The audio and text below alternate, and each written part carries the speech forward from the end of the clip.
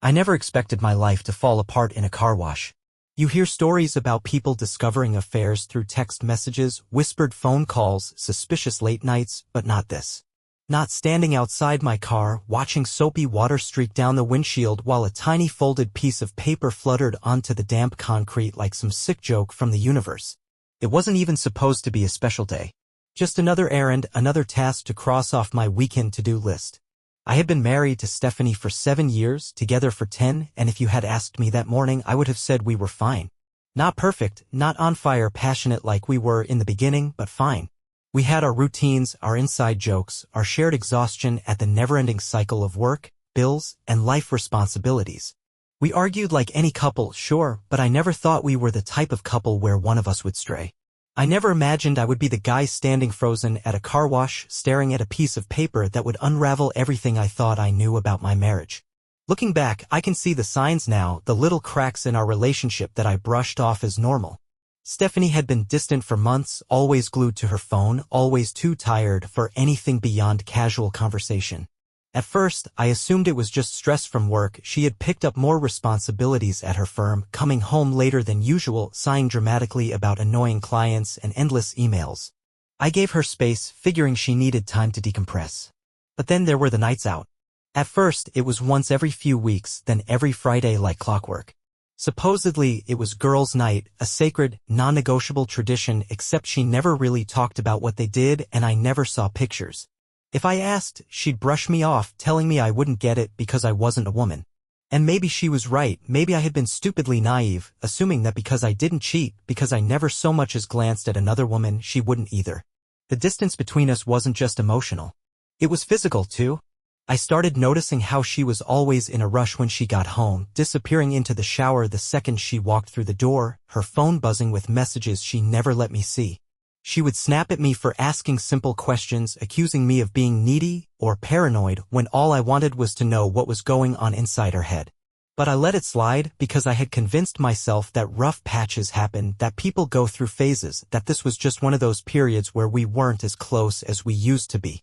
I had no idea that while I was rationalizing, while I was giving her space, she had already left me behind. If someone had told me that my marriage was already over, I would have laughed. If they had warned me that I was being played, that my wife had been lying to my face for months, I would have gotten defensive, listed all the reasons why that couldn't possibly be true. But the thing about the truth is, it doesn't care about your blind spots. It doesn't care about the excuses you make for people you love. It just shows up uninvited in the most unexpected places. For me, it was at a routine car wash with the sun shining, the air thick with the smell of soap and wet pavement, as I reached for my sunglasses in the glove compartment and found something else entirely. The second I saw the folded paper tumble out of the glove compartment, my stomach twisted into something tight and unfamiliar. At first, I didn't think much of it. It was small, tucked between the owner's manual and a handful of receipts, and my initial thought was that it was probably just an old grocery list or some forgotten reminder Stephanie had scribbled down. But as I bent down to pick it up, something about the way it was folded so neatly, so deliberately made my fingers hesitate before unfolding it. The paper was smooth, unwrinkled, as if it had been placed there recently, and the handwriting on the front, just my wife's initials, SK, in a messy scrawl that wasn't hers, set off alarm bells before I even had the chance to process what I was holding. My mind scrambled for an explanation, some innocent reason why there would be a note in my wife's car with her initials written by someone else, but before I could settle on one, my eyes flickered down to the first line. I can't stop thinking about last night. The world around me slowed to a crawl.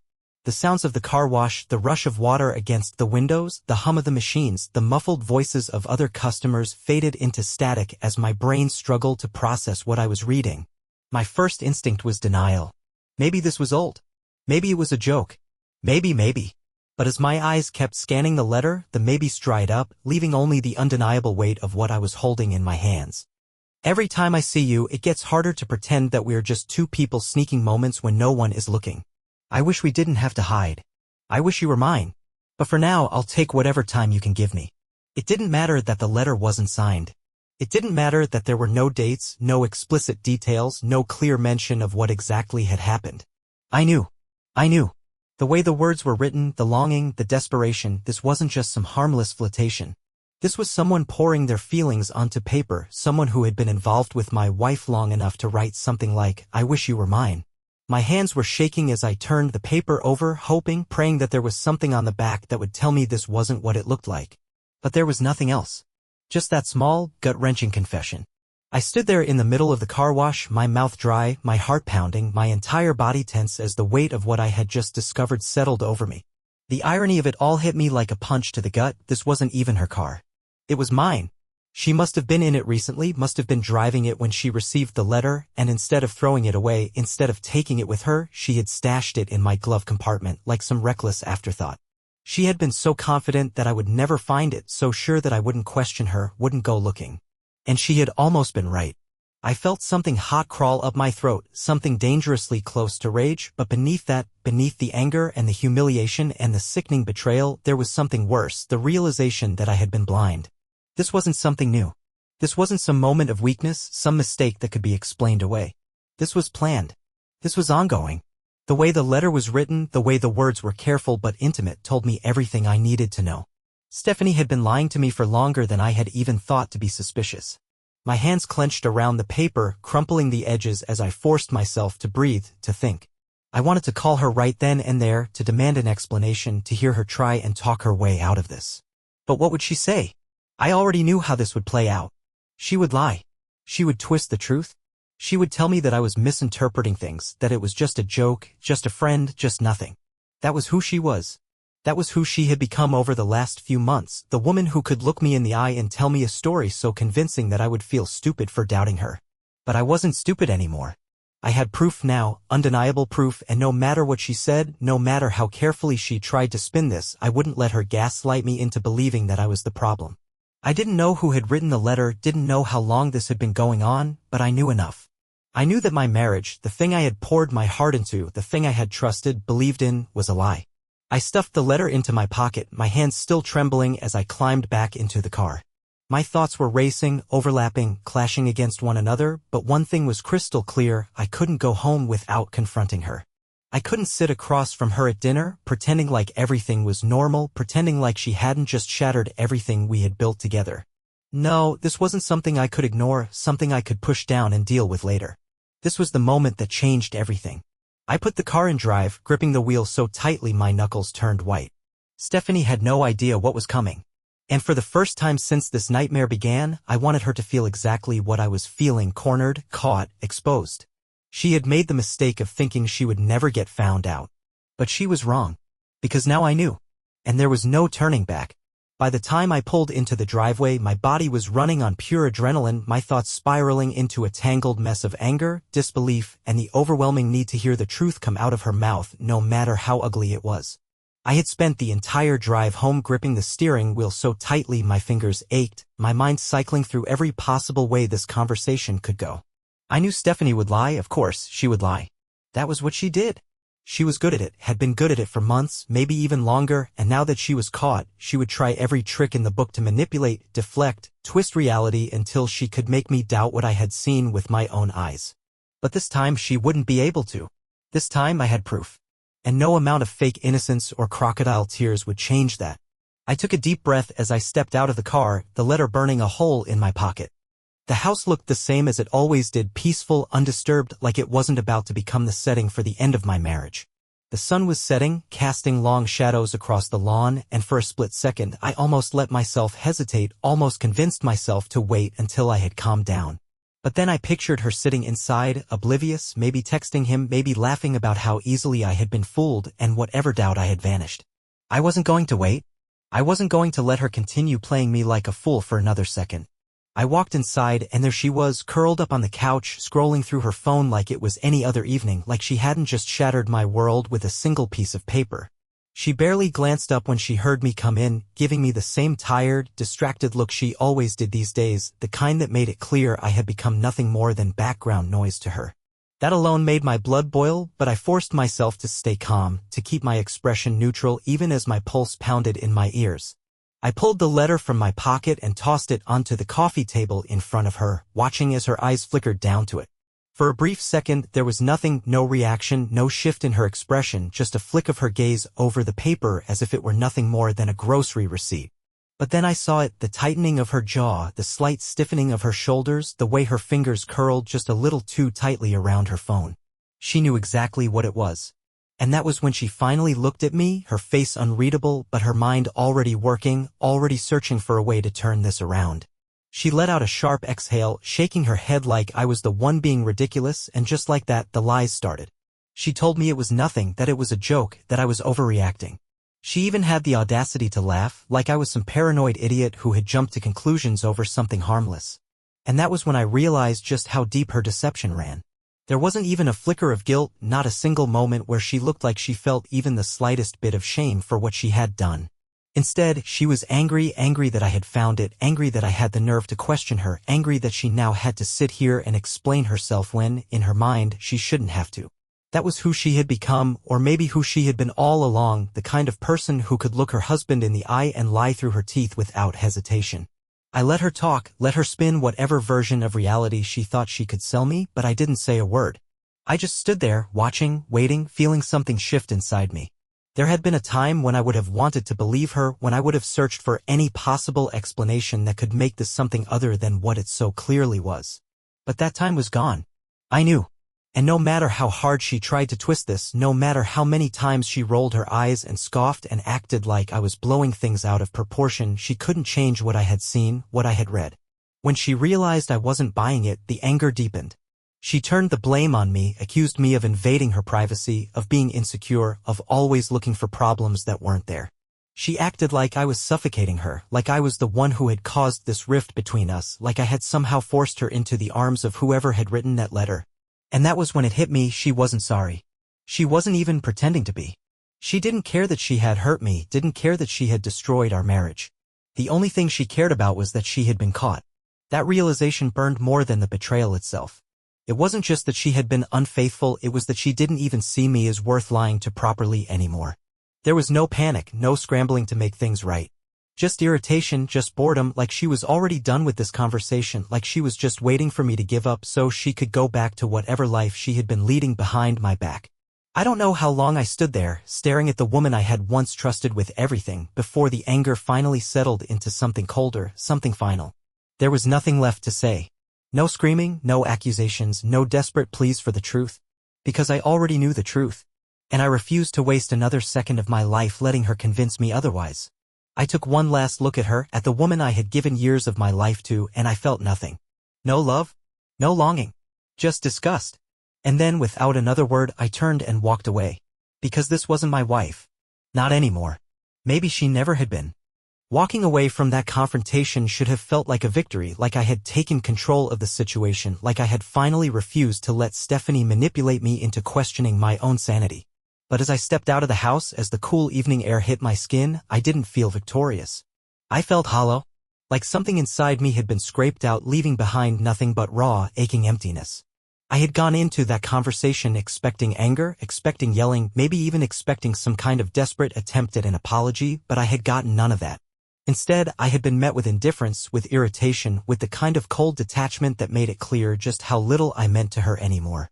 And that was what made the pain unbearable, not just the betrayal itself, but the realization that I had spent years loving someone who had checked out of our marriage long before I had even known there was a problem. I got in the car and just drove, not toward any particular destination, just away from that house, away from her, away from the suffocating reality that my marriage had been unraveling behind my back while I had been too blind to see it.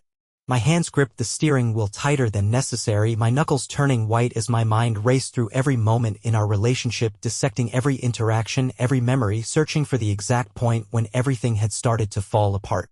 Had she been lying to me for months? Years? Had she ever really loved me at all, or had I just been convenient, the stable husband she could lean on while she chased whatever thrill she thought she was missing? The weight of it all hit me like a slow-moving wrecking ball, crashing into me in waves that left me breathless, my chest tight, my vision blurring at the edges as I pulled into an empty parking lot and shut off the engine. I sat there in the silence, staring at nothing, feeling like the world had shifted beneath my feet, leaving me standing in a place I no longer recognized. How do you process something like this? How do you wrap your head around the fact that the person you built your life with, the person you trusted, the person you chose, has been deceiving you without a second thought? I had always thought betrayal would feel like a sharp, immediate pain, like a knife to the gut, but instead it was a slow, suffocating kind of agony, like drowning in quicksand. Every thought, every question, every doubt dragged me down further, making it harder to breathe, harder to think, harder to understand how I had ended up here. The thing that haunted me the most was how easily she had lied. I kept replaying her reaction, the way she had scoffed at my questions, the way she had twisted the situation, acting like I was crazy for even suggesting she had done something wrong. That was what made it all so much worse. She hadn't just betrayed me, she had mocked me for catching on. There had been no hesitation, no guilt, no flicker of remorse in her eyes. She had looked at me like I was nothing, like I was some naive fool making a scene over something that, in her mind, wasn't a big deal. And that realization hurt more than anything. Because if she had loved me, truly loved me, even if only in the past, wouldn't she have at least felt something? Wouldn't she have cared about what this was doing to me? But she hadn't. And I knew now that she never would. As the hours stretched on, my emotions cycled between rage, grief, and a deep, crushing sense of loss. I wasn't just losing my wife, I was losing everything I thought we had. I was losing the memories that now felt tainted, the moments that had once felt special but now felt like nothing more than elaborate illusions. I was losing the future I had envisioned, the life I had planned, the certainty that I had chosen right when I had married her. Because clearly I hadn't. Clearly I had been wrong about everything. At some point, exhaustion settled over me, not the kind that sleep could fix, but the kind that came from realizing you had spent years pouring your heart into something that had been doomed from the start. I didn't know what came next, didn't know how I was supposed to pick up the pieces of my life when I wasn't even sure who I was without her. But I knew one thing: I couldn't stay trapped in this pain forever. I couldn't let her be the thing that broke me. So I sat there, staring out at the empty parking lot, gripping the steering wheel like it was the only thing keeping me grounded, and made a decision. This would hurt? For a long time. Longer than I wanted it to. But eventually it wouldn't. Eventually, I would wake up and this wouldn't be the first thing on my mind. Eventually, I would move forward. Because as much as this felt like the end of everything, I knew deep down that it wasn't. It was just the end of her. And maybe, just maybe, that was the first step towards something better. The next morning, I woke up with the same hollow feeling in my chest, the same gnawing ache that had settled inside me like a permanent fixture. But this time, there was something different, something sharper, something more defined. Clarity. The past 24 hours had been a blur of pain, of anger, of trying to reconcile the reality of what I had discovered with the life I had thought I was living. But now, in the harsh light of morning, I knew what needed to be done. I wasn't going to sit in this any longer. I wasn't going to let myself be trapped in a marriage that had already crumbled, waiting for some impossible resolution that would never come. Stephanie had made her choices. Now it was time for me to make mine. I had spent too much of my life giving her the benefit of the doubt, convincing myself that the distance between us was temporary, that whatever had changed in her could be fixed. But the truth was, I had been holding on to a version of our marriage that no longer existed, maybe one that had never truly existed in the first place. I had been looking at our life through a lens of nostalgia, filtering out the warning signs, rewriting history in a way that made it easier for me to believe in. But there was no rewriting this. No rationalizing. No salvaging. It was time to let go. I forced myself to go about the morning as if it were any other day, brushing my teeth, making coffee, scrolling mindlessly through my phone. But underneath it all, my mind was already assembling the plan, mapping out the next steps. The first thing I did was call a lawyer. It felt surreal, dialing the number, hearing my own voice say the words, "I need to file for divorce." But the second I said it out loud, a strange sense of relief settled over me. It wasn't a victory, but it was a step. A step toward taking back control, a step toward getting my life back, a step toward finally closing the door on someone who had stopped valuing me a long time ago. Stephanie barely reacted when I told her. She just sat there, staring at me with that same expression I had come to recognize over the past few months: boredom. Not regret. Not sadness. Not even frustration. Just an acceptance that this was happening, as if she had already prepared herself for it, as if she had already made peace with the idea that she had burned everything down and there was no point in pretending to care anymore. That was the final nail in the coffin for me. If I had any lingering doubts, if there had been any small, desperate part of me still searching for some sign that she did care, that she did feel some kind of remorse, that moment erased them. She wasn't sad. She wasn't sorry. And maybe that was the greatest gift she could have given me, confirmation that walking away was the right thing to do. I packed a bag that night. I had no desire to stay in that house, to sleep under the same roof as someone who had treated our marriage like an inconvenience, like an obligation she had been looking for an excuse to escape. I wasn't going to fight over who got what. I didn't care about the furniture, the dishes, the stupid little things we had accumulated over the years. Let her have it. None of it mattered to me anymore. The only thing I wanted was my dignity, my sanity, and my freedom. As I drove away, leaving behind the house that had once felt like a home but now felt like a prison, I expected to feel some kind of heartbreak, some unbearable grief at the finality of it all. But instead, I felt something else, weightlessness. It wasn't happiness. It wasn't relief. But it was the absence of something, the absence of the constant tension, the constant questioning, the constant effort I had been putting into keeping something alive that had already been dead. For the first time in months, maybe even years, I wasn't trying to fix something that was beyond repair. I wasn't waiting for things to get better. I wasn't holding my breath, waiting for her to love me the way she once had. I was done waiting. Done trying. Done hoping. And that, more than anything, felt like a kind of freedom. There was still so much ahead of me, so much that needed to be dealt with, but for the first time in a long time, I knew that whatever came next was mine to decide. Not hers. Not anymore. The days that followed felt like stepping into a new life I hadn't asked for, a life I wasn't sure how to navigate yet. There was no guidebook for how to recover from betrayal, no set of instructions for how to unlearn the habits of loving someone who had turned out to be nothing more than a mirage.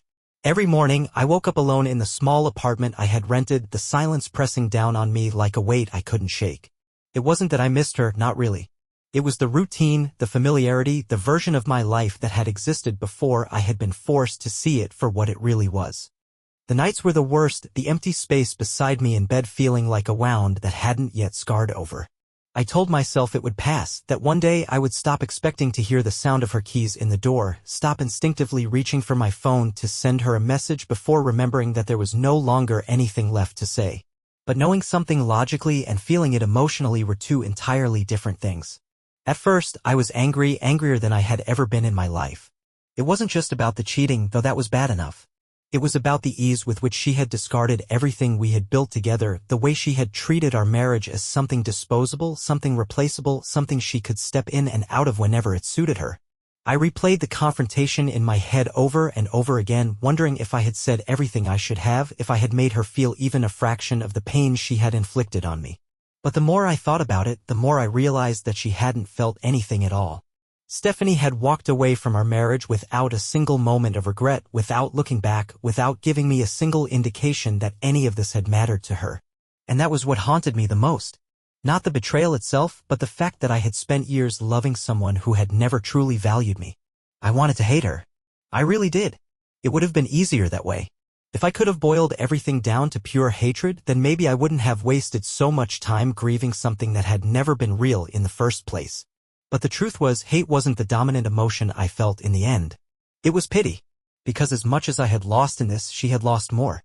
She had lost a man who had been devoted to her, a man who had loved her without hesitation, a man who had never once strayed, even when things got hard. She had thrown away a marriage built on trust for something fleeting, something temporary, something that would never give her the security or the depth of what we once had. And the saddest part? She didn't even seem to realize it. Maybe she never would. Maybe she would spend the rest of her life chasing the next thrill, the next temporary high, always convincing herself that the problem was never her, that it was always someone else, that she just hadn't found the right person yet. But I knew the truth now, she wasn't capable of real love. In the weeks that followed, I started rebuilding. Slowly. Clumsily.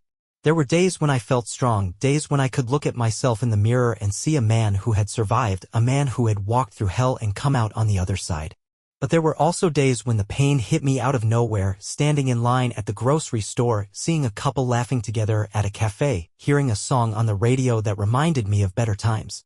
That was the hardest part about moving on, the way grief didn't work on a schedule, the way it snuck up on me in moments I least expected. But each time it did, I reminded myself of one simple truth: this pain was temporary. It wouldn't last forever. It couldn't. Because I wouldn't let it. I threw myself into things I had forgotten about during my marriage, old hobbies, old friendships, the parts of myself that had been buried beneath the weight of trying to hold together a relationship that had already been broken. I started going to the gym again, not to impress anyone, but because I wanted to feel strong in my own skin.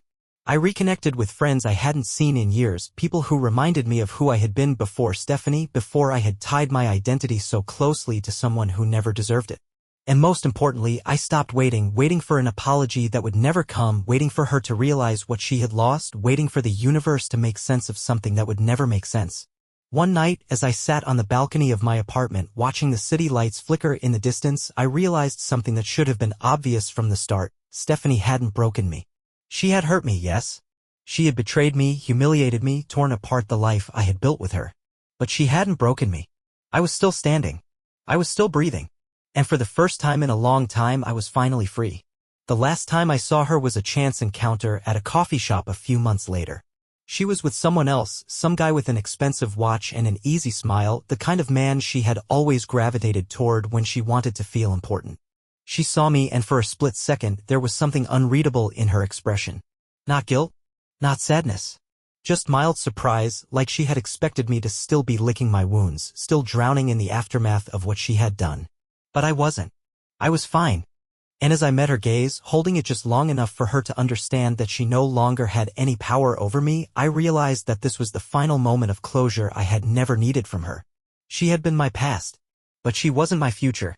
If there's one thing I've learned through all of this, it's that betrayal doesn't define you, how you respond to it does. I could have let this destroy me. I could have let it turn me bitter, let it convince me that love wasn't worth the risk. But I refused to let her take any more from me than she already had. I refused to let her mistakes dictate the rest of my life. So, to anyone going through something similar, let me tell you this: you will survive. It will hurt. It will change you. It will make you question everything you thought you knew about love, about trust, about yourself. But in the end, you will come out stronger. And one day, when you least expect it, you'll wake up and realize that the worst thing that ever happened to you was also the thing that set you free.